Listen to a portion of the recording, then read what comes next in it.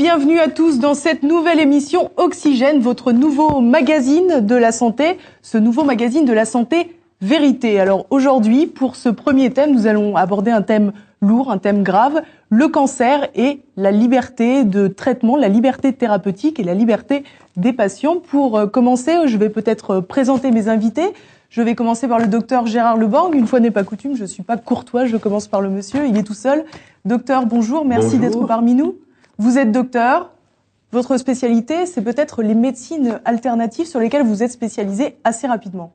Oui, en fait, j'en ai étudié une petite centaine que j'ai eu l'occasion de pratiquer sur moi-même aussi parce que, étant donné que j'ai une petite santé, il a bien fallu que je me soigne. Notre deuxième invitée, Madame Karine Curtet. Bonjour Madame, merci d'être là. Vous venez de loin, en plus d'Antibes.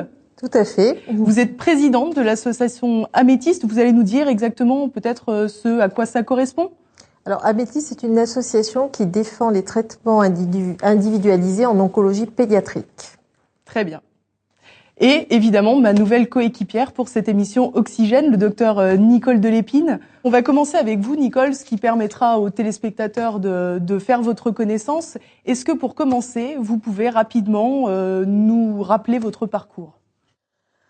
On va faire rapide, effectivement. Donc en fait, moi j'ai fait médecine, puis j'ai commencé comme spécialité la pédiatrie. En m'occupant beaucoup de tout petits d'ailleurs, de petits nourrissons et prématurés.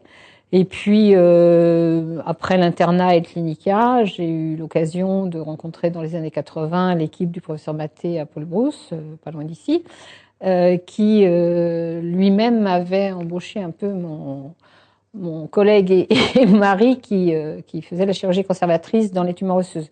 Et donc le professeur Mathé nous a proposé d'approfondir le sujet des cancers et des cancers de l'enfant en particulier, tant pour essayer de sauvegarder les membres des enfants atteints. Donc pour éviter les amputations. Pour éviter les amputations.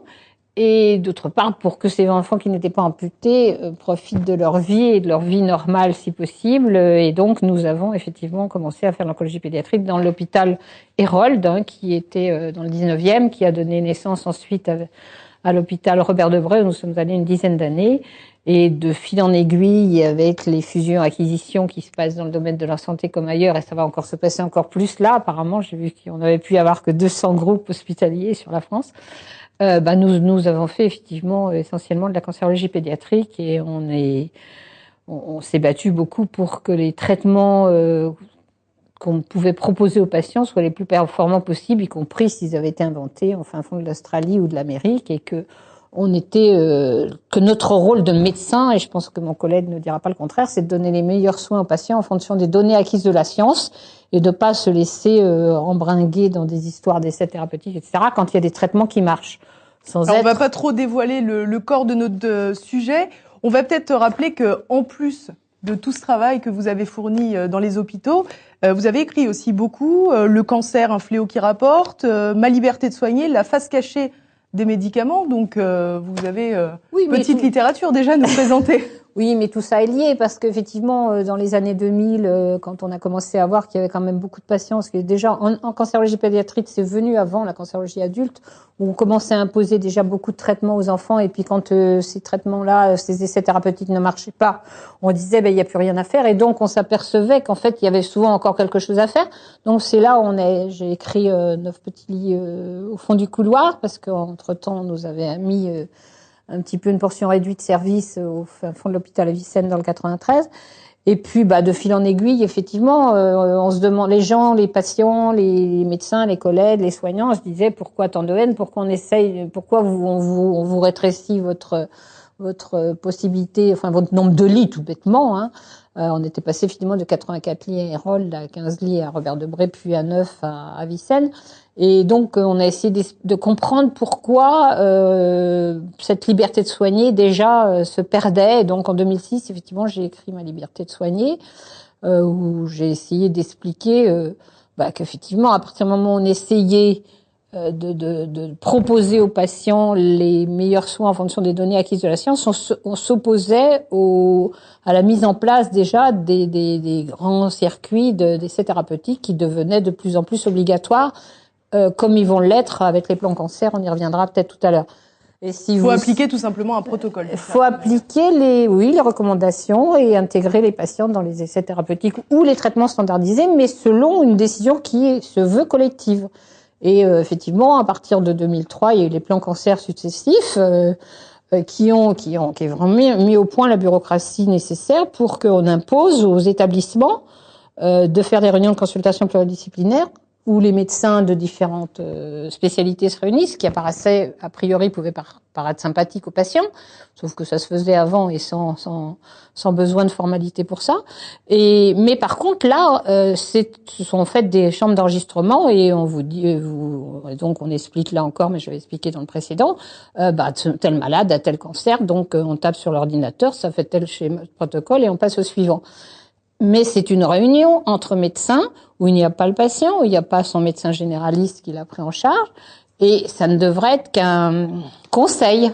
Attention, vous avez le droit de choisir encore votre traitement avec l'aide de votre médecin traitant. C'est très important que les patients le sachent. Et bien sûr, ce que vous dites. C'est bien sûr, c'est pour ça qu'on a écrit ce livre. Non seulement vous avez le droit de refuser, mais surtout vous avez pas forcément d'ailleurs de refuser, mais vous avez le droit de savoir pourquoi on vous propose ça. Et quand on vous répond, c'est à la RCP qu'on a décidé, c'est pas une réponse. La RCP? La réunion de concertation pluridisciplinaire obligatoire, rendue obligatoire par les décrets de 2007 qui avaient été faits à la suite de la loi de 2004, déjà de modernisation de la santé. Donc, alors c'est quand même très étonnant tout ce que vous nous racontez, parce que finalement, on a l'impression que le cancer est un peu érigé au rang de cause nationale, que les autorités, le ministère de la Santé est sans cesse en train d'œuvrer finalement pour lutter efficacement contre cette maladie et du moins fournir les médicaments et les thérapies nécessaires aux malades. On nous explique qu'il y a à peu près 150 000 personnes qui décèdent chaque année du cancer, que 385 000 cas sont chaque année recensés avec une prédominance chez les femmes. On a tendance à nous dire également qu'il y a de plus en plus de cancers. Oui, tout ça n'est pas tout à fait vrai. Enfin bon, effectivement, c'est une préoccupation importante du ministère de la Santé parce qu'il y a un marché fantastique avec les nouveaux médicaments en particulier qu'on vend à 100 000 euros l'année, pour une personne. Donc effectivement, qui sont remboursés intégralement par la Sécurité sociale dès qu'ils sont mis sur le marché très très vite. Avant les essais thérapeutiques d'autrefois qui duraient 10 ans, maintenant il y a une petite étude sur 100 malades qui s'appelle étude pivot. Là, le laboratoire dit ça donne une petite amélioration sur quelques mois, de diminution du nombre de récidives sur quelques mois. On n'attend pas du tout comme on aurait fait autrefois il y a encore 10 ans sur quelques années si c'est augmenté la survie globale. Non, on donne tout de suite l'autorisation de venir sur le marché et là l'hôpital est remboursé à 100% directement par le ministère on ne va pas s'étendre là-dessus parce qu'on n'en sortira pas, mais sous le prétexte d'une liste dite en sus. Peu importe, ce sont des médicaments peu expérimentés qu'on rembourse à 100% d'emblée et qu'en gros, on impose par les recommandations nationales de donner aux patients rapidement. Et c'est là que les plans cancer sont effectivement absolument tragiques parce il y a probablement pas tant de documentation de cancer que ça, qu'on veut bien le dire. Évidemment, à partir du moment où on dépiste des tas de choses. C'est positif qu'on dépiste plus de cancers. Non, là aussi, c'est tout un débat qu'on pourrait refaire. Non, si on dépistait des cancers dont on est sûr qui vont évoluer, ça serait éventuellement positif, parce que dépister des cancers au début, quand ils sont petits, c'est mieux que d'attendre qu'ils sont gros. Par contre, dépister des cellules cancéreuses qui n'auraient jamais donné de cancer, c'est quand même un autre problème. Et ça, on le démontre, aussi bien pour sein que pour prostate. Il est évident que l'augmentation du nombre de cancers de la prostate est complètement... Mais le dépistage peut pas être dangereux, dans tous les cas. Si, parce qu'à partir du moment où on va toucher des cellules effectivement cancéreuse, c'est pas une erreur du microscope, c'est une erreur de l'interprétation de qu'est-ce que serait devenue cette cellule cancéreuse si on y avait fichu la paix. Et quand vous êtes au Danemark, vous avez 30 ou 40% de moins de cancer de la prostate qu'en France, et la survie des cancers des gens au Danemark est pas plus mauvaise qu'en France. Donc, si vous voulez, le dépistage à tout prix de n'importe quel cancer, moi si je me fais des biopsies, je vais pas vous faire peur à vous, mais si je me fais 3-4 biopsies de 3-4 organes, je vais forcément me trouver des cellules cancéreuses. Mais enfin, mon maître Maté, mais non, notre maître Maté et les autres nous disaient qu'à chaque moment de la vie, si on est à peu près en forme normale, avec une immunité normale, on se fait des petits cancers et puis on se les détruit. C'est le rôle de notre système immunitaire. Et peut-être que mon collègue, avec des petits traitements, enfin en tout cas une hygiène de vie correcte, aidera encore notre immunité à défendre. Oui. Une hygiène de vie, en fait, l'hygiène de vie, elle est faite d'un grand paquet de choses. L'hygiène de vie, c'est, par exemple, vous parliez du Danemark. C'est un pays que j'aime beaucoup puisque j'y ai mes ancêtres. Et c'est aussi le pays qui a été le premier à mettre en garde contre les acides gras trans. Le premier pays d'Europe qui a interdit les acides gras trans qui ne sont pas... Oui, alors les acides gras trans, quand on prend une huile liquide, on va faire des gâteaux avec, le gâteau transpire. Si on le transforme en trans, l'opposé de cis, CIS et l'opposé de trans, on forme une molécule qui devient rigide, qui ne sait plus sortir du corps, et cette molécule, elle va comme des aiguilles, elle va se darder dans plusieurs endroits du corps, le foie, la prostate, les seins, les reins, partout, et au bout d'un temps, elle va devenir toxique. Et le Danemark a été le premier pays en 2003. Les États-Unis ont suivi parce que les États-Unis en consommaient d'une façon abusive. On était à 15 grammes par jour et par personne aux États-Unis. Donc New York et le Canada ont décidé en 2007 de les réduire à 2 grammes par jour et par personne. En Europe, en dehors du Danemark, on n'en entend pas parler. Or, on sait que ça donne des pathologies des artères, ça donne beaucoup de pathologies. Je ne sais pas, vous en avez entendu peut-être parler. On peut imaginer, en tout cas, tous ces facteurs, ce serait quand même beaucoup plus intéressant que d'aller mettre un pic dans un sein ou dans une prostate. On aurait plus raison de se concentrer sur notre hygiène de vie en général. Et ça va rejoindre, si je peux avancer la dernière partie de cette émission, où on parlait effectivement d'OGM, etc. Et là, il y a sûrement des tas de choses à faire. C'est du spoil, ce que vous venez de faire. Pour le téléspectateur, c'est dommage. Vous avancez déjà ce qu'on va faire à la fin. Oui, mais c'est important parce que comme ça, ils vont continuer à nous regarder. Je voudrais aussi rebondir sur quelque chose que Nicole a dit. Et en fait, le plan cancer est co-validé par le ministère de la Santé et de la Recherche. Et ça a induit un point de dérive très important. Le point culminant, c'est ce qui se passe en oncologie pédiatrique, puisque les enfants sont cobayes et qu'il y a plus d'essais thérapeutiques que de nouveaux cas de cancer tous les ans. Oui, en gros, si je devais réduire et simplifier la chose, c'est que finalement, les laboratoires n'ont pas assez de cobayes pour tester les nouvelles molécules et les nouvelles substances. Donc, tous les enfants qui ont le cancer, il faut sauter dessus finalement pour en profiter d'une certaine manière. Tout à fait. Mais oui, pour quelques statistiques, tous les ans, il y a à peu près 1700 nouveaux cas de cancer pédiatrique. Et ça, le chiffre est relativement stable. Nicole corrigera. Mais en 2008, le ministère nous annonce environ 800 essais thérapeutiques sur la population de 1700 nouveaux cas de cancer, plus les cancers existants.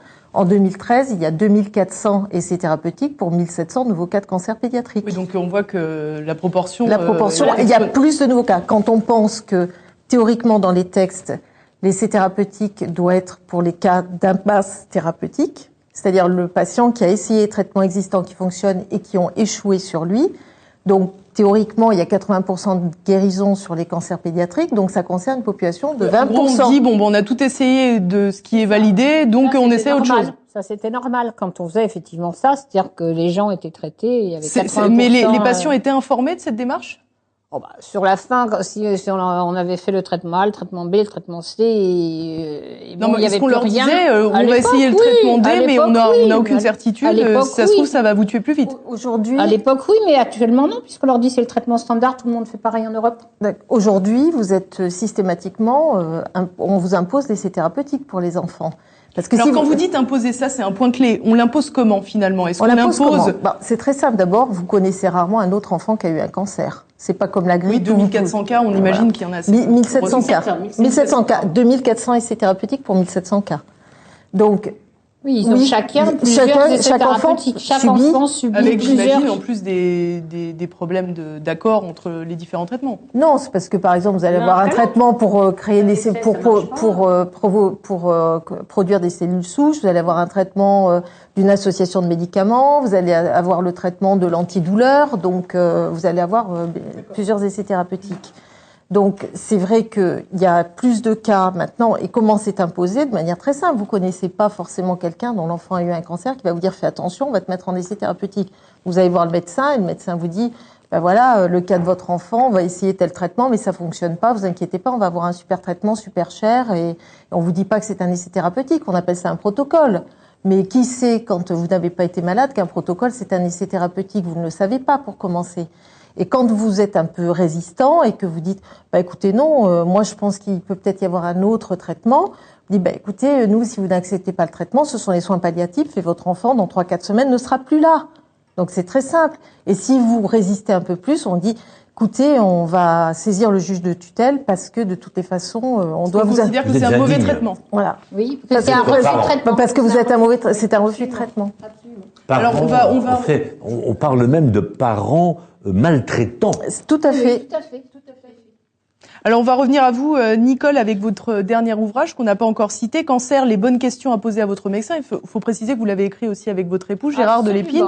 C'est un gros travail de bibliographie. C'est aux éditions Michalon. Donc là, encore une fois, vous mettez le doigt sur l'importance de l'information des patients, sur la nécessité qu'ils détiennent eux-mêmes les informations quant à leur maladie et quant à leur liberté, finalement, de choisir ce à quoi ils vont être exposés. Il me semble tout à fait urgent, parce qu'on sent bien que la situation se rigidifie de plus en plus et que le monopole devient de plus en plus fort, que les patients reprennent en main leur destin.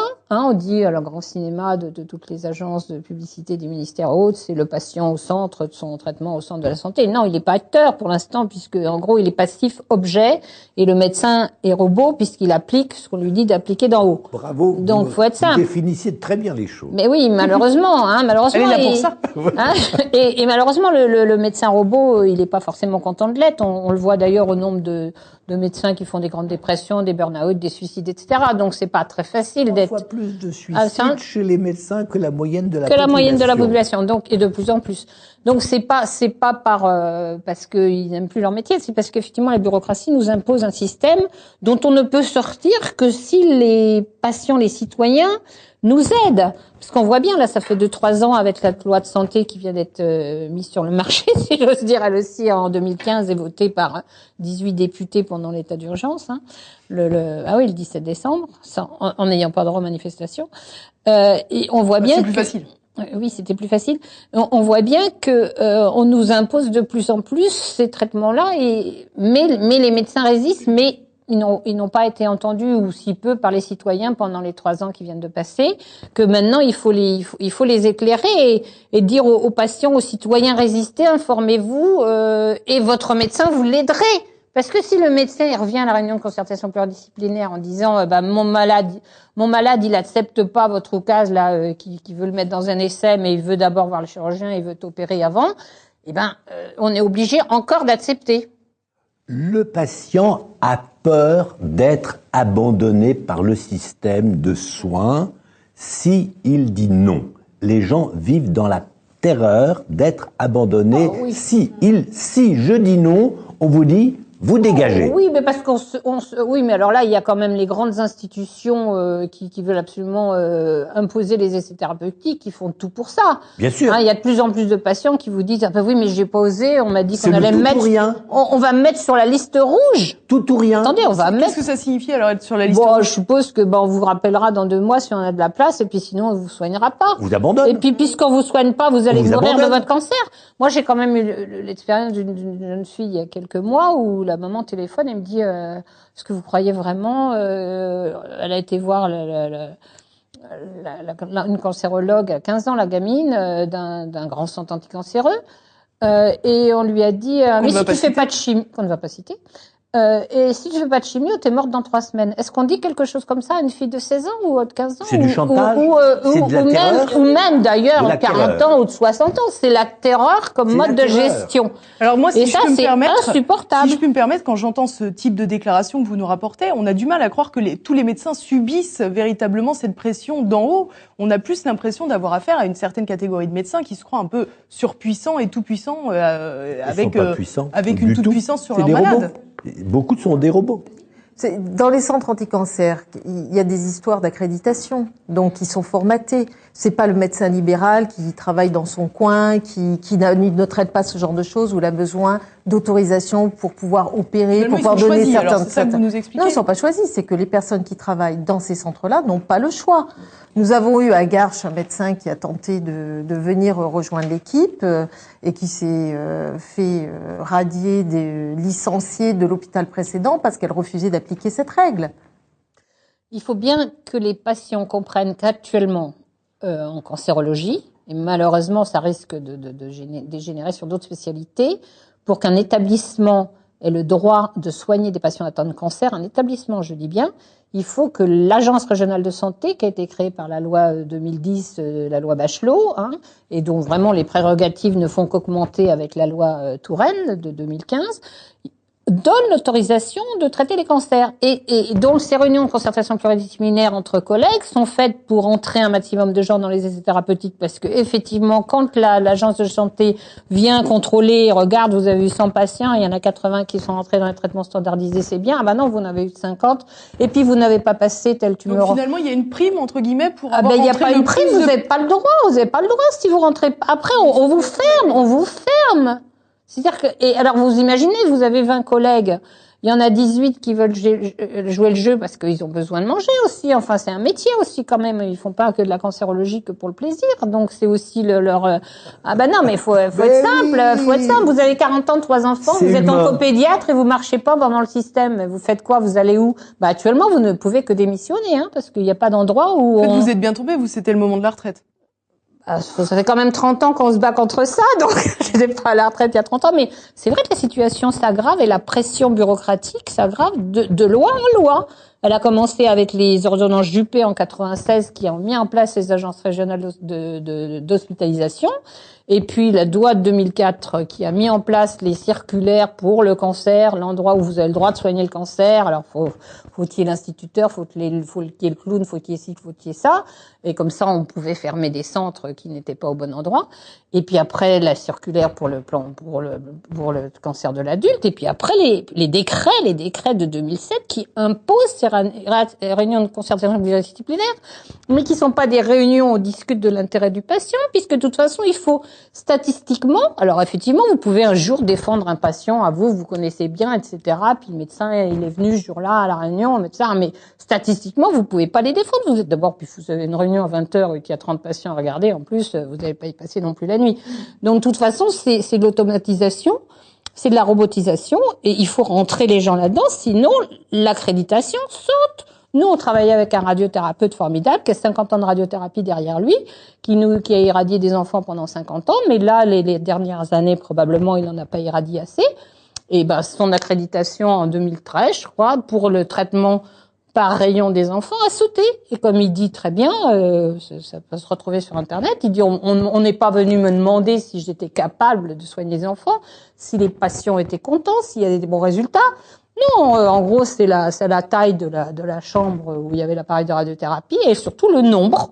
Ah ben non, vous êtes en dessous. C'était pas assez rentable finalement. Mais c'est même pas une question de rentabilité. Ils veulent absolument tout regrouper dans les grands centres pour être sûr qu'il n'y ait pas un malade qui échappe aux essais. C'est pas une question de rentabilité parce qu'on coûte les yeux de la tête avec ces nouvelles molécules. Il coûtait beaucoup moins cher, lui, et irradier les patients que d'essayer de les intégrer dans les nouveaux traitements. Alors, on a dit déjà beaucoup de choses. Je pense que pour commencer et pour résumer tout ce qu'on a dit, le point clé finalement, c'est que aujourd'hui, on cherche à faire des essais thérapeutiques sur les patients malades du cancer, majoritairement les enfants. Non, alors on essaie de plus en plus chez les adultes. Alors que finalement, aussi. Il y a d'autres traitements et que les traitements éprouvés donnent de meilleurs résultats que ces essais thérapeutiques. Problème des essais, et Karine va bien le dire pour les enfants, puisqu'elle a interrogé le ministère de la Santé, le problème des essais, c'est que par définition, ce sont des essais. Donc vous ne savez pas, quand on va vous mettre une nouvelle molécule qui est sur le marché depuis 1 an ou 2 ans ou 3 ans, et en plus dont l'étude initiale a été très courte, comment vous allez pouvoir dire aux patients, voilà, ça donne tel taux de guérison à long terme. Vous pouvez pas. Donc déjà, les essais, par définition, on ne sait pas ce que ça devient. Mais les gens, ils ont le droit aussi d'avoir un nouveau médicament et de rentrer dans un essai s'ils veulent. Le problème, c'est qu'il faut qu'ils sachent. Et donc, nous, notre but, ça a été de dire ça. 1, ne restez pas dans l'abus de faiblesse. D'accord, ça vous tombe sur la tête, vous avez un cancer, ça vous tombe sur la tête. Bon, prenez le temps les 2-3 jours de vous apaiser. N'acceptez pas lors de la première consultation tout seul le traitement qu'on vous impose en disant ah bah oui c'est comme ça, là, je peux pas faire autrement. Hein, et réclamer un traitement individualisé finalement. Réclamer des informations. Quels sont, monsieur le cancérologue, le traitement que vous auriez donné il y a 5 ans à un patient qui me ressemble, qui a la même chose que moi? Je sais pas. À ce moment-là, sortez-le. Si vous savez pas, sortez les traitements publiés, les publications écrites, les résultats écrits. Quels sont les résultats du traitement, justement, du nouveau médicament que vous me proposez? Alors là, il vous donne en général une brochure, une belle brochure bien brillante, de papier glacé, etc. Non, je veux pas la pub du labo. Je suis pas une savonnette. Je veux que vous me donniez les résultats des essais thérapeutiques. Sortez-les-moi. Et puis je reviens dans 8 jours, vous me donnez tout ça. Et après, j'irai discuter avec mon généraliste, éventuellement avec ma famille, j'irai discuter avec... Et surtout, si on vous dit faut commencer, ça c'est le point important, capital qu'il faut entendre. Si on vous dit faut commencer par la chimio et puis on vous opérera dans 3 mois, vous dites oui, mais moi je veux voir le chirurgien maintenant. Ça sera peut-être dans 3 mois, mais moi je veux voir tous les protagonistes de mon traitement. Je veux les voir, je veux être sûr qu'ils aient vu mes scanners, parce que souvent on leur dit ils sont pas opérables, etc. Et puis 3 mois après, le malade va avec son scanner, puis le chirurgien dit non, mais vous étiez parfaitement opérable. Vous étiez à la réunion, bon oui, mais on a dit qu'on faisait la chimio, moi je vais pas regarder de près. Bon, si le chimiothérapeute dit on fait de les chimiothérapeutes, ils sont plus nombreux en général, ils disent on fait de la chimio, le chirurgien il est prestataire de service, donc c'est très très important de faire sortir les chirurgiens et les radiothérapeutes de cet état de prestataire de service. Ils sont pas là pour qu'on les siffle quand on a besoin d'eux, ils doivent participer à la prise en charge réelle du patient d'emblée, quitte à ce qu'ils les opèrent pas d'emblée. Mais le patient doit rencontrer le chirurgien, il doit être sûr que le chirurgien a vu son dossier, que vraiment il a dit qu'il était inopérable ou pas. Hein. Et s'il pense qu'il est opérable, il doit se défendre et dire bon, quel est l'avantage que je fasse de la chimio avant? Il y a un avantage, il n'y a pas d'avantage. Et pour ça, il faut des preuves. Tout est dans la littérature internationale pour tout ce qui a été démontré. Et le reste, ils sauront que c'est des essais. S'ils ont envie de faire des essais, libre à eux. Moi, ça me gêne pas du tout. Ce que je veux, c'est que les gens sachent, soient informés et osent s'informer. Et quand ils tombent sur des gens qui veulent pas les informer, ils ont intérêt à changer de boutique, à mon idée. Hein. On va donner la parole à Madame Curtet. Maintenant, est-ce que vous pouvez nous expliquer comment vous en êtes arrivée à devenir présidente de l'association Améthyste et comment finalement vous êtes arrivée de ce monde difficile qu'est le cancer? Tout à fait. Mon fils a été diagnostiqué en mars 2011 d'un cancer et on a été soigné il avait 16 ans et donc il a été soigné en centre anti-cancer. Donc on est allé... Vous étiez dans le sud de la France? Dans le sud de la France, absolument. On est allé donc au centre anti-cancer. On nous a dit qu'il fallait qu'il commence une chimio tout de suite. Bon, ce qui était une réalité. Il avait une très grosse tumeur. Bon, les tumeurs à ces âges sur les enfants se développent très rapidement. Très rapidement, on a commencé à nous tenir des propos incohérents. Donc c'était on va faire tant de cures. Après, finalement, il y avait plus tant de cures. Après, c'était tel traitement, il est bien, on va te rentrer dans tel protocole. Donc, on demande au médecin, bon, très bien, docteur, vous nous mettez dans ce protocole, mais donc vous allez guérir mon fils, parce que moi, je viens pas d'un milieu où je connais des enfants atteints de cancer. Je connais même personne qui avait un cancer autour de moi. Donc, c'était vraiment le grand saut dans l'inconnu. Et on dit non, on peut pas vous garantir qu'il va guérir parce que c'est corps dépendant. Mais alors si c'est corps dépendant, pourquoi est-ce que vous me donnez le même traitement que mon voisin? Donc vous voyez, on n'avait aucune connaissance scientifique ou autre des problèmes médicaux. Et est-ce que tout de suite vous vous êtes rendu compte qu'il y avait des incohérences justement? Tout à fait. C'est a posteriori? Mais tout à fait. Non, tout de suite. On s'est dit bon, ok. Alors pourquoi on nous dit ça? Bon, ensuite, il était très fatigué.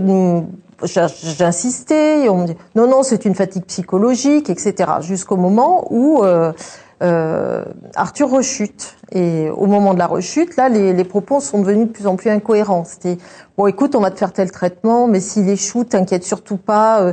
On va pouvoir te donner un traitement à 57 000 €. La Sécu nous l'autorisera si on rate 2 fois le traitement d'avant. Bon, mon fils avait 17 ans à ce moment-là. Il me dit, écoute, maman, ils me font le numéro du vendeur de voitures, ils me prennent pour un cobaye. Bon, d'accord. Bon, c'est pas drôle du tout parce que quand vous êtes une maman, que vous vous rendez compte que c'est ce qui est en train de se passer, que votre fils vous dit ça, vous avez quoi comme choix? Vous avez le choix de lui dire, t'as raison, on va trouver une solution. J'étais pas du tout sûre de trouver une solution. Je ne savais pas. J'étais obligée de lui dire, Écoute, non, je pense quand même pas. C'est un médecin, il sait ce qu'il fait. Bon. Jusqu'au moment où vraiment les choses sont allées trop loin et où là, quand le fameux traitement à 57 000 €, donc on fait cette expérience, c'était une Citaférès pour ceux qui savent. Et puis j'étais dans le couloir avec l'infirmière, elle me dit « Ah tiens, voilà, monsieur, je ne donnerai pas le nom du médicament ». Et naïvement, je lui dis « Ah bon, mais c'est un patient qui a eu ce traitement et qui est là ». Elle me dit « Pas du tout, c'est le représentant ». Alors là, j'ai commencé à voir rouge, j'ai commencé à me dire qu'il y avait vraiment un loup. Et puis d'autant plus que... Donc il n'avait pas vu très loin, en fait, finalement, avec le vendeur de voitures. Non, mais tout à fait, tout à fait. Donc dans cette histoire, je commençais à dire, bon, attendez, là, vous allez lui faire tel traitement, mais à même cause, mêmes effets. Donc si vous faites le traitement avec le même intervalle, ça va toujours pas marcher, parce que c'était une histoire où il y avait une période très courte pour collecter les cellules souches. Et donc, par conséquent, si on donnait la chimio à partir de tel jour, on allait tomber sur les jours de collecte qui étaient les mêmes jours, dans la semaine, je parle, samedi, dimanche, lundi, mardi.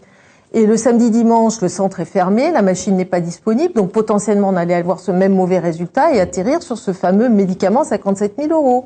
Donc je commence à m'agacer, à m'énerver avec le médecin, demander à voir quelqu'un d'autre, demander à ce qu'on me change. Mais là, on m'explique qu'on peut absolument pas changer le protocole, qu'on va faire le même protocole. Bon, à l'époque, je savais pas que c'était parce que c'était un essai. Et que dans ce cadre-là, évidemment, il faut que les choses soient rigoureuses et donc on n'adapte pas l'essai. On le fait dans les mêmes conditions pour tout le monde.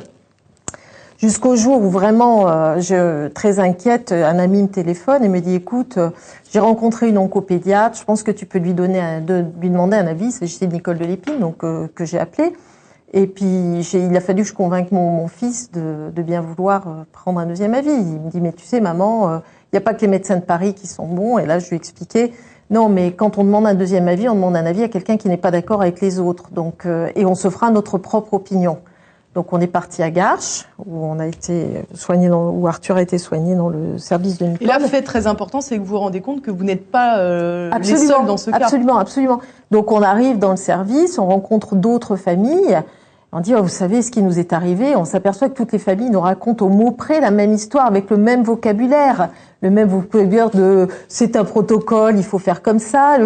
Exactement la même terminologie standardisée à l'échelle de la France. Parce que les patients dans le service de Garches venaient de partout en France. Donc quand tout ça s'est passé, au bout de quelques mois de traitement de mon fils, Nicole vient me voir et me dit, tu sais, le service est vraiment menacé de fermeture. Et là, ça a été presque pire que l'annonce de la maladie.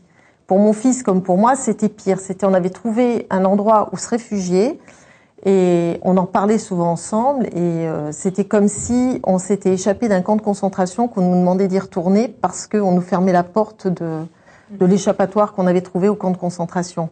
Et c'était vraiment le sentiment. Oui, parce que le service de Nicole de Lépine, finalement, était perçu un peu comme le dernier recours. C'est ça, on savait... Et alors, ce qui est amusant, c'est que d'autres détracteurs, en revanche, disaient qu'ils pratiquaient de l'acharnement thérapeutique. Tout à fait. J'ai rencontré aucun patient qui n'était dupe. On a toujours entendu ça.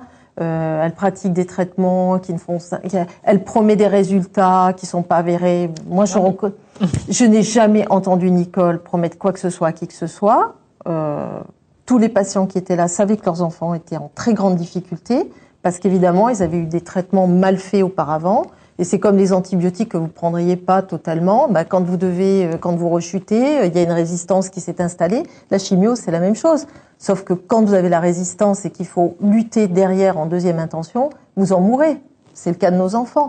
Donc, si vous voulez, une fois que mon fils est décédé, mon fils m'avait dit, maman, je ne veux pas mourir pour rien. Ils m'ont assassiné, mais je ne veux pas mourir pour rien. Ils m'ont assassiné? Oui. Parce que mon fils, aucun cancer n'est simple, mais il n'était pas dans la situation dans laquelle il s'est retrouvé au moment de la rechute. Il avait quand même une possibilité d'être guéri quand il est tombé malade. Et ils l'ont assassiné. Donc c'est ce qu'il a dit. Il a dit, moi assassiné, je ne veux pas mourir pour rien. Donc c'est suite à ça, après son décès, que j'ai pris le combat de l'association. Pour cette raison, et puis parce que ce sentiment que j'avais ressenti quand on nous annonçait que le service avait fermé, et le combat qu'il fallait mener tout en se battant contre la maladie de son enfant, contre tout le système qui est contre vous. En fait, vous devenez, quand vous êtes à l'hôpital, vous devenez le garde du corps de votre enfant. autant que le garde malade. Vous êtes le garde du corps, pour être certain. Je crois que d'ailleurs que, docteur, vous pouvez peut-être nous raconter rapidement un enfant qui voulait être transféré par ses parents dans un autre hôpital où il avait un garde devant la porte de sa chambre. Oui, ça c'est pour le refus effectivement d'un certain nombre de services et de collègues au service du système.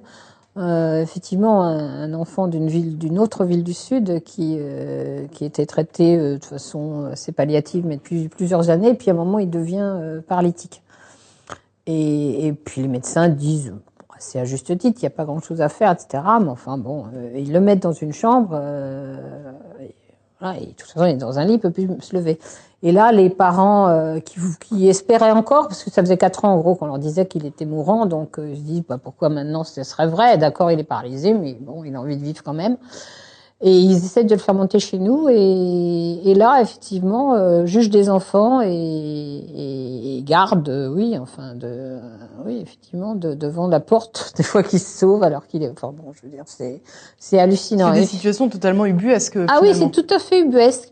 Et alors, ce qu'ils appellent acharnement, pour revenir sur ce mot-là, en fait, les tenants du système qui veulent entrer les enfants dans les essais thérapeutiques, puis depuis 3, et puis si ça marche pas, eh bien on dit, on est désolé, il y a plus rien à faire, rentrez chez vous, vous reviendrez chez nous quand l'enfant souffrira. Ils n'admettent pas effectivement qu'on donne aux enfants, éventuellement d'ailleurs les anciens traitements dont ils n'ont pas eu la chance de bénéficier, qui de temps en temps les remet sur pied, éventuellement sur pied très longtemps. Donc j'ai souvent expliqué qu'acharnement ça veut rien dire. Parce que si vous vous acharnez, entre guillemets, au sens où le médecin de l'autre ville ou de l'autre service hospitalier a dit qu'il n'y avait plus rien à faire et que vous remettez l'enfant sur ses pieds pour quelques mois, voire quelques années, voire plus, mais en tout cas, y compris pour quelques mois, il a aussi droit à vivre quelques mois de plus, l'enfant.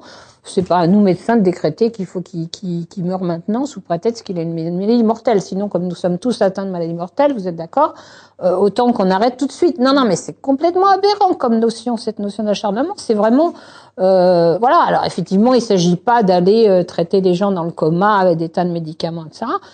Par contre, ce qu'on a fait très tôt, nous, parce que on l'avait appris tout simplement dans les livres ou par d'autres collègues ou dans les congrès, c'est que des petites chimiothérapies légères, souvent, sont antalgiques. Enfin, suppriment la douleur, souvent beaucoup mieux que des kilos de morphine dont souvent les patients veulent pas.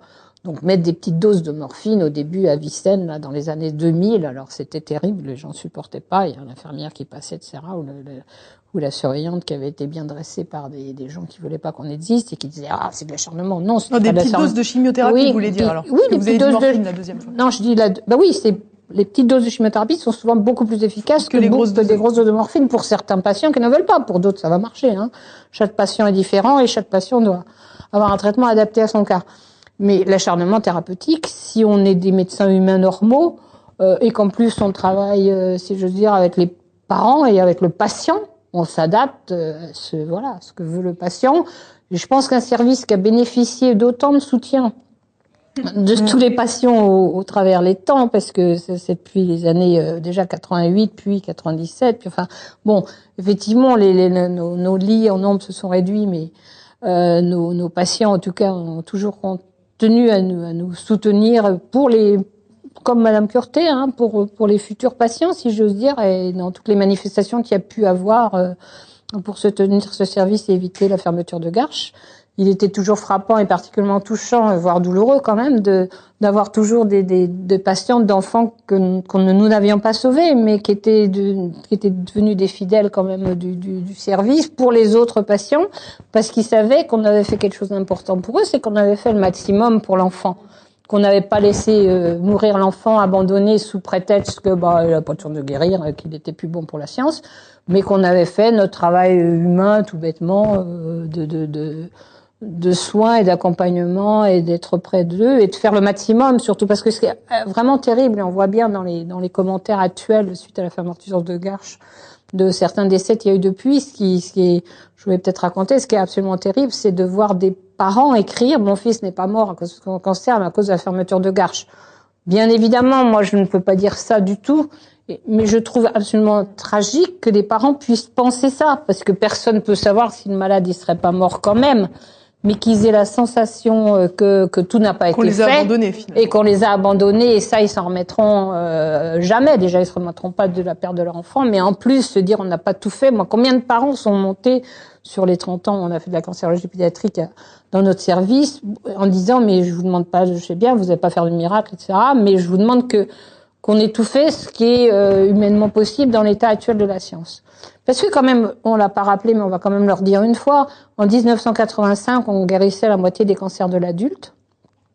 Et, alors évidemment, ça veut dire qu'il y a des cancers qu'on guérit beaucoup et d'autres qu'on guérit pas du tout, mais la moitié des cancers de l'adulte tout venant et quand même 3/4 des cancers de l'enfant. Et ces gens-là, actuellement, n'ont plus droit à ces traitements éprouvés, démontrés efficaces, etc., puisque aujourd'hui, quelles d'emblée, sont les statistiques, alors? on les a pas parce que ce sont des essais thérapeutiques. Il n'y a aucun moyen d'avoir les statistiques. Depuis quand ils ont commencé les essais thérapeutiques? En gros, depuis les années 2000, c'est à peu près systématique. Et en cancérologie pédiatrique, non, on n'a pas les résultats. Ça, c'est normal d'un point de vue scientifique? Non, c'est pas normal. On s'est beaucoup fatigué pour essayer d'avoir résultats. Karine Curté l'a fait auprès du ministère de façon générale. Nous, on l'a fait pour des maladies précises qu'on suit particulièrement, qu'on connaissait le nom des gens qui avaient intégré, enfin qui étaient les investigateurs de ces essais thérapeutiques, et il nous a répondu c'est trop tôt, on les a pas, on est à 16 ans quoi. Par exemple, l'Euroewin, qui est une maladie, bon, c'est une tumeur maligne de l'os, Euroewin 99. Nous n'avons pas les résultats globaux.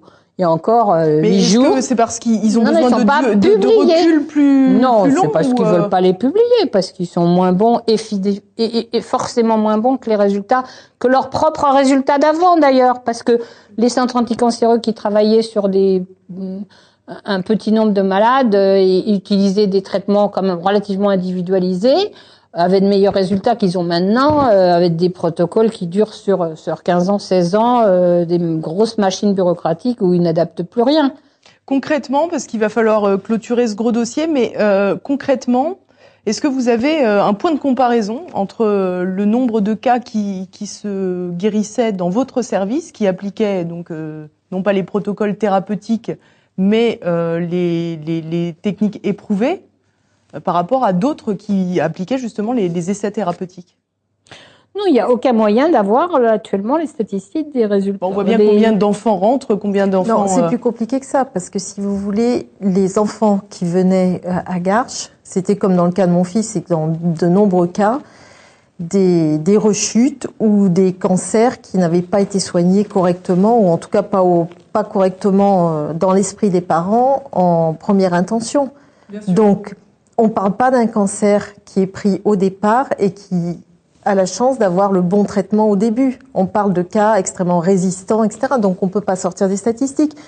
Je veux dire, quand mon fils est arrivé à Garches, on savait que l'espérance de survie de mon fils, à 1 an, elle était à 0. D'accord? On a voulu essayer et... Mais actuellement, et on va donner la parole au docteur Leborgne. Non, mais il faut bien que vous compreniez quand même nous reste-t-il de temps? Très peu. Bien. Alors, pour ce sujet, en tout cas. Sur le cancer, je voulais parler, bien sûr. Je voulais parler d'un cas d'un de mes amis qui a fait le choix de se soigner de son cancer il y a 5 ans en faisant la méthode Gerson. La méthode Gerson consiste à boire exclusivement des jus de légumes, surtout, et à faire des lavements au café. Ce monsieur, qui est né en 1940, est aujourd'hui guéri de son cancer du poumon.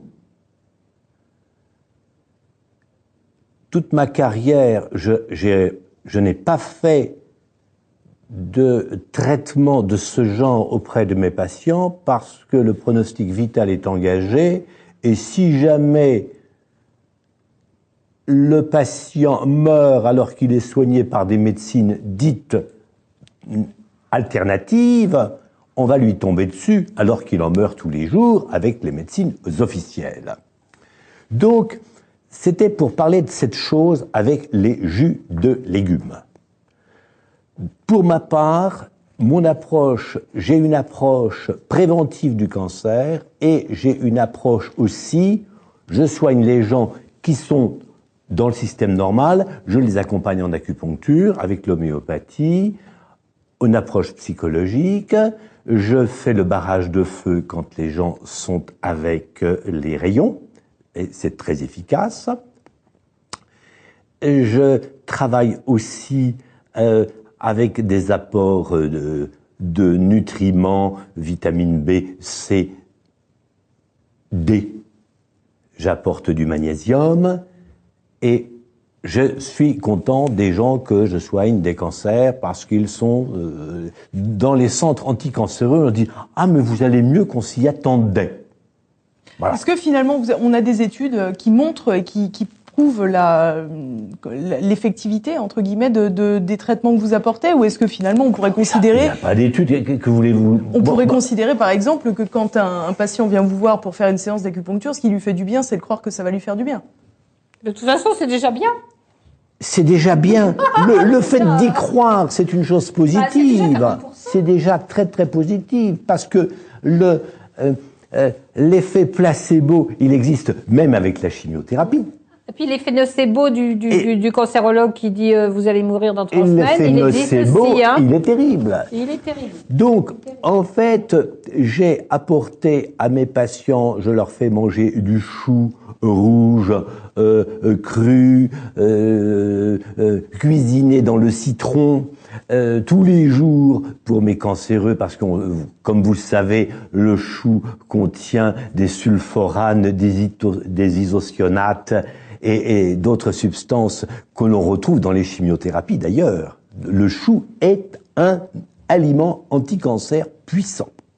C'est le régime cétogène en fait. Oui, c'est pas que ça. Oui, non mais... C'est pas que ça. Et un autre cas d'une personne qui a guéri spontanément du cancer, j'aime dire guérir spontanément, parce que la chirurgie était programmée. Et 2 mois plus tard, le cancer n'avait plus lieu. Cette personne, je l'avais soignée pendant quelques semaines, et c'était un cancer de la peau qui était là, juste sur la clavicule. Et il se trouve que quelques mois plus tard, je revois cette personne qui avait une chaîne, me dit-elle, que lui avait donnée son mari, une chaîne dans laquelle il y avait du nickel. Parce que, en fait, je ne sais pas si vous êtes d'accord avec moi, mais j'estime que le nickel est cancérigène. Et il y a trop de nickel. Bref, aussi, donc, ces cures de légumes. Je voulais vous poser une question. Par exemple, il se dit que c'est dangereux de ponctionner une prostate suspecte. Qu'est-ce que vous en pensez? Moi, je pense que si on va toucher quelque chose, c'est dangereux. D'accord. Merci. Complètement. Mais alors là, c'est sûr. Puis, et effectivement aussi par l'effet nocebo. D'une part, on y va, il y a un truc organique, on va bouger le truc. Et puis, il y a l'effet nocebo, parce qu'à partir du moment où on touche une prostate, le mec, il se croit cancéreux ou il va l'être. Il va saigner dans les jours qui suivent. Oui, non, mais c'est évident que c'est toxique. Il faut pas, tout geste inutile est toxique. Tout à l'heure aussi, quand vous parliez du choix du patient, j'aime de poser la question suivante au médecin: qu'est-ce que vous feriez si c'était votre enfant? En général, il fuit. Parce qu'ils sont effectivement complètement conditionnés, et particulièrement pour les enfants, il n'y a pas de solution. Donc les gens sont dans la peur. Il faut bien qu'ils sachent qu'il ne faut pas avoir peur. C'est la peur génère la maladie. On va peut-être rester sur ce mot de conclusion pour passer à l'actu de la santé. Actu de la santé. Si vous êtes d'accord. Actu de la santé, qu'est-ce? On va voir ça.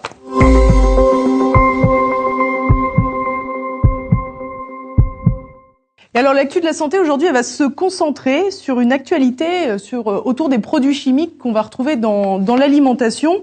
Alors comme il nous reste plus beaucoup de temps, on va le faire en version accélérée.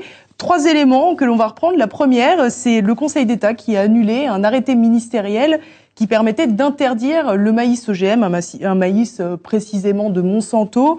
Une mesure totalement symbolique, puisque finalement la loi française prévaut sur l'avis du Conseil d'État.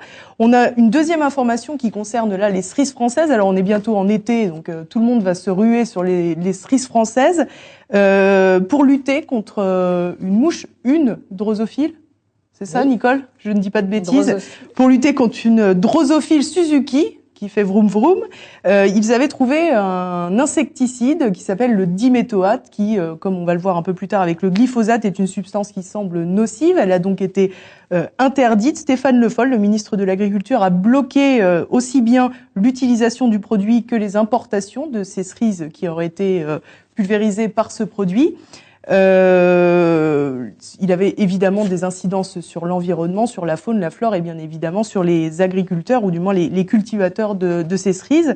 Et le troisième élément de cette actu de la santé, c'est le glyphosate dont l'autorisation va arriver à son terme le 30 juin prochain. La Commission européenne est censée a statué sur la prolongation de cette autorisation. Initialement, elle devait statuer sur une prolongation de 15 ans. Ensuite a été proposée une prolongation de 7 ans. Finalement, il semblerait que le consensus se fasse sur 10 ans. Le glyphosate, encore une fois, on peut le retrouver dans un pesticide bien connu, là encore signé Monsanto, que l'on appelle le Roundup. Donc peut-être on va commencer avec le docteur Leborgne en 30 secondes, puisque évidemment il nous reste plus beaucoup de temps. Mais votre impression générale sur tous ces produits chimiques qu'on retrouve aujourd'hui encore au quotidien dans notre alimentation? Je ne sais pas trop quoi en dire parce que ces produits chimiques, ils sont très dangereux, on le sait. Ce sont même des modificateurs hormonaux, endocriniens. Et justement, j'en reviens à mes jus de fruits et de légumes. C'est un de mes derniers dadas. En faisant un jus de fruits ou de légumes frais, bien sûr. Sans glyphosate? Bravo. Le piège. Le glyphosate et les pesticides se trouveraient sur la fibre. Donc, en faisant un jus, il n'y a pas ces produits dedans. On éviterait au moins en grande partie ces substances toxiques. Ces substances très toxiques qui sont retenues par la fibre. Votre opinion, peut-être? Moi, je suis assez radicale par rapport à tous ces pesticides. Je crois que vraiment, il faut les supprimer de toutes les façons possibles et que le Conseil d'État ou autres les autorise. C'est absolument insupportable. Alors, on sait qu'il y a un problème quand même politique qui est posé. C'est un problème politique parce que l'agriculture est déjà en grande difficulté. Oui, c'est pas en leur permettant d'empoisonner les gens qui vont nourrir qu'on va résoudre le problème de la difficulté de l'agriculture. Moi, je crois ça va être simple. Tous les agriculteurs amis qu'on peut avoir disent qu'on pourrait faire de l'agriculture non toxique à condition qu'elle ne soit plus industrielle. Donc moi je pense on en aurait suffisamment pour nourrir la planète, ou du moins la France. Oui. Peut-être aussi. Ça donnerait du travail à beaucoup de gens. Peut-être aussi un point important, c'est qu'il est peut-être nécessaire aussi que les gens prennent conscience dans leurs achats qu'ils ne sont pas obligés d'acheter des pommes calibrées, roses, brillantes. Oui, mais c'est quand même pas très facile pour les gens de savoir s'ils achètent des pommes qui sont toxiques ou pas toxiques. En mangeant bio, peut-être, est-ce qu'on peut éviter un maximum peu de choses? Manger le bio, vrai bio. On réduit le risque, c'est certain. Le bio, ils ont le droit à 6% de produits chimiques toxiques. On réduit le risque. On réduit le Karine risque. Moi, mon avis va pas être d'un point de vue médical, mais d'un point de vue sur la méthode. On est sur la même méthode que sur les médicaments, puisque c'est notre sujet commun. C'est des politiques qui imposent à la population des choses qu'ils ne veulent pas. Tout simplement. Les citoyens ne veulent pas de tout ça, mais quelque part, ça leur est imposé par le haut. C'est un problème général. C'est un problème général, et c'est la méthode les politiques, on se demande comment ils fonctionnent. Ils fonctionnent sous la pression. Pas corrompus? Sous la pression des lobbies. Sous la pression des lobbies, c'est ce que j'allais dire. Autant dans la médecine donc là, ça que dans les lobbies de l'agriculture, les lobbies Monsanto et compagnie, pesticides. Ils ont leur bureau bien installé, c'est très officiel. À Bruxelles. Au Parlement européen. 15 000 lobbyistes à Bruxelles. Oui, c'est très très officiel. Plus que de députés alors. Oui, bien sûr. Alors la boucle est bouclée. C'est le moment de se quitter alors pour cette première émission. On avait encore beaucoup de choses à dire, donc on reviendra. Il nous faudrait 1000 émissions comme ça. Voilà, c'est ce que je me disais, qu'on pourrait faire 6 heures de suite. On espère 1000 oxygènes en tous les cas. 1000 oxygènes. Voilà, 1000 oxygènes. Bon, en tous les cas, moi, je souhaite remercier toute l'équipe qui a permis tout cela, le décor. J'oublierai sans doute des noms, Benjamin, Raphaël, Pierre, Martial, Philippe et Arnaud, pour faire cette nouvelle émission santé. On lui souhaite longue vie. Décor. Merci à tous mes invités. En tout cas, merci Karine, merci Nicole et merci Gérard. Merci de m'avoir invité. C'était un plaisir. À bientôt. Merci, à bientôt. Et à bientôt à vous tous.